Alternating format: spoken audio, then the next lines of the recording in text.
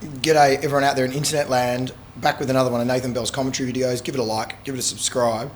Today, Nate wants to talk about the creative industries and how they're evolving. Yeah, well, I've been very excited about the modern creative industries for many years. I started as a musician with my political rap band Hadron C in about 2006, and we were very active. And what I want to acknowledge is how technology has empowered artists to create content. Because back in the 80s and the 70s and the 80s, recording equipment was so expensive that only people with good capital and the money to invest could set up a studio, and could produce music, and could facilitate artists recording albums. So it was really gate kept by people with money and access to that professional software. But that started changing sort of around the mid-90s, where the prices of recording software started to plummet and became accessible to everyday people. And when I recorded Hadron C, I was on Centrelink on the pension. I'm on the pension because I have schizophrenia, and I was working with a friend of mine named Peter Fraser, and he had all this home recording equipment, and probably his whole collection of recording equipment, including software and different mics and stuff, probably cost him about 10 grand, which is a lot of money, which I didn't have. And he had all that equipment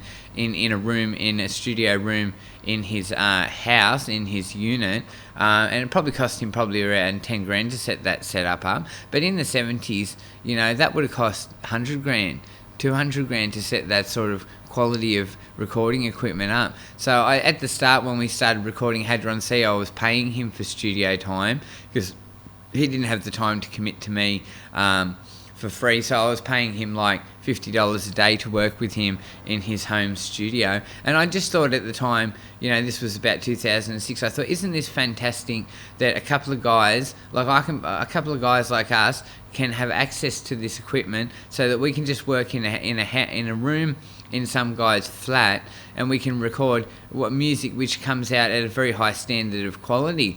Fortunately, he had some experience with the software, so he knew how to mix and master. No formal experience, only self-taught, and so I paid him some money to record my initial music. Now, I had produced a number of the instrumentals on FL Studio. It's like a toy FL Studio. It's not a serious music production program, but I managed to milk it for some pretty good instrumentals. And the other guy, Peter's brother, produced some of the instrumentals as well. He produced a number of them, also in FL Studio. So FL Studio was cheap as anything to use.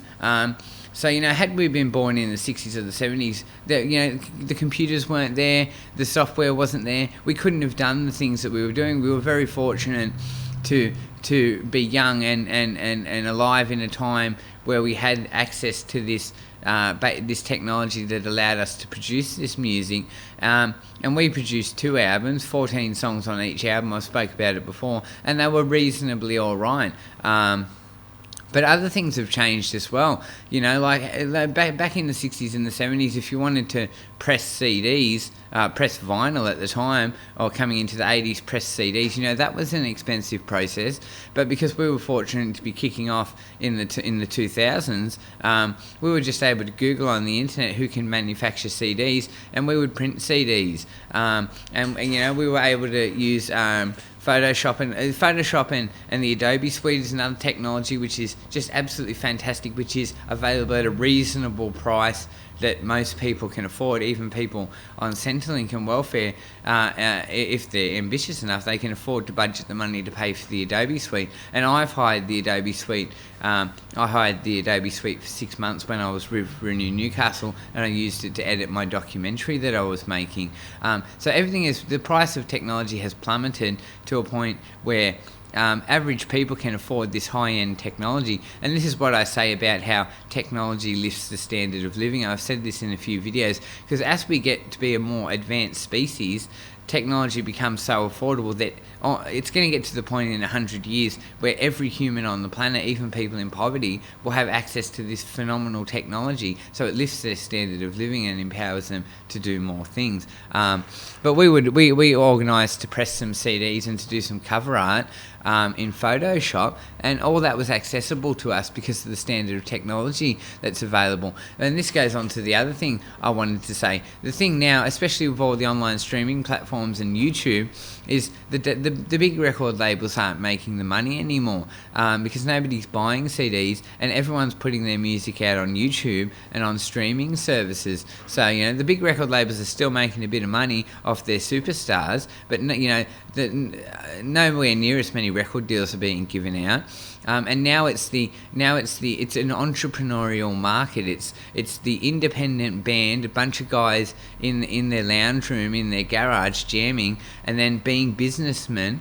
And knowing how to press CDs and how to get on all the online streaming platforms and putting content out on YouTube, they're the one. You've got to be a businessman. They're the ones that are taking over the industry. So it's gone from a select few people who are fortunate enough to sign a record deal, blowing up and becoming superstars, to millions of guys in their houses producing all this excellent music that nobody ever listens to. And this is why in the modern world, the problem is the market is flooded. So, you know, because there are so many talented artists out there, musicians and writers and animators, and we've all seen how many animators have blown up on YouTube and gone on to make a lot of money on YouTube and to succeed on YouTube, and animators have made cartoons that have started on YouTube and then gone on to be series signed to television stations, but the market is flooded. So what you've got to realise is it's become even more competitive now, because you can't just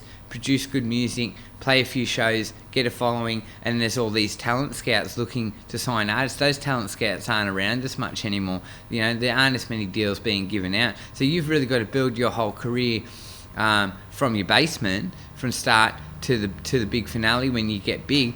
So you've got to be a businessman. So the market is flooded and everyone's producing all this great music, and now it's super competitive, and everyone's got to run their own business. So you've got to be entrepreneurial. And it's like my book, Kings of the New Age, The Quest of the Balancing Stones. I self-published it. Fortunately, I wrote a good book, a book which people have enjoyed, which is getting popular. But I stand in the street and I sell my book to passers-by. I'm very assertive in going out there and finding my market. You've got to find your audience. So you know, and the same applies to CDs. Like when we did Hadron C, we printed CDs, and you know, at the time I didn't, but it would have been a good idea just to set up a stand in the street and start selling CDs to people on the street. You know, people see me when I'm busking with my shop in Hamilton, and they think, oh, who's this guy? And then because I'm positioned on the street as a street seller, a lot of people make assumptions that I'm probably a drug addict, that I don't have a lot going for me. They don't understand how I see myself. I see myself as a very active entrepreneurial artist who is finding an audience. See, because the record label used to find the audience for you, and they used to find the publicity for you. Now you've got to do all that yourself, because the record labels aren't throwing around as much support for artists anymore. So if you want to succeed in this super flooded market where everyone's a creator and everyone's producing content, you've really got to be assertive about getting out there and finding an audience. You've got to approach people. I approach people in the street.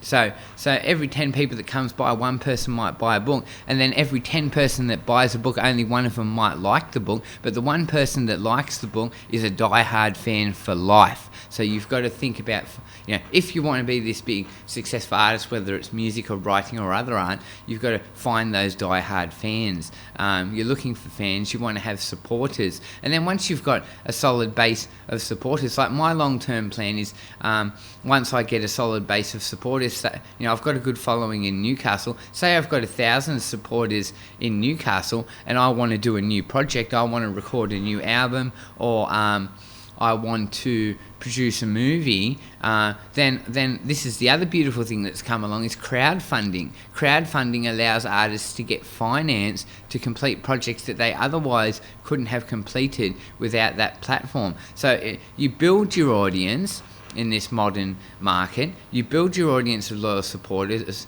And then when you've come up with a new project, you write down what you want to do and you put a crowdfund up and you ask your loyal following who love you because they've seen the work you're putting in, you ask your loyal following to finance your new project. So crowdfunding is another excellent platform that has come along for artists to expand what they're doing. But you've really got to realise the modern market is super flooded and super competitive, and most people are only going certain distance. They're only getting so far and they're only getting so much success, and not as many people are blowing up to that international superstar level.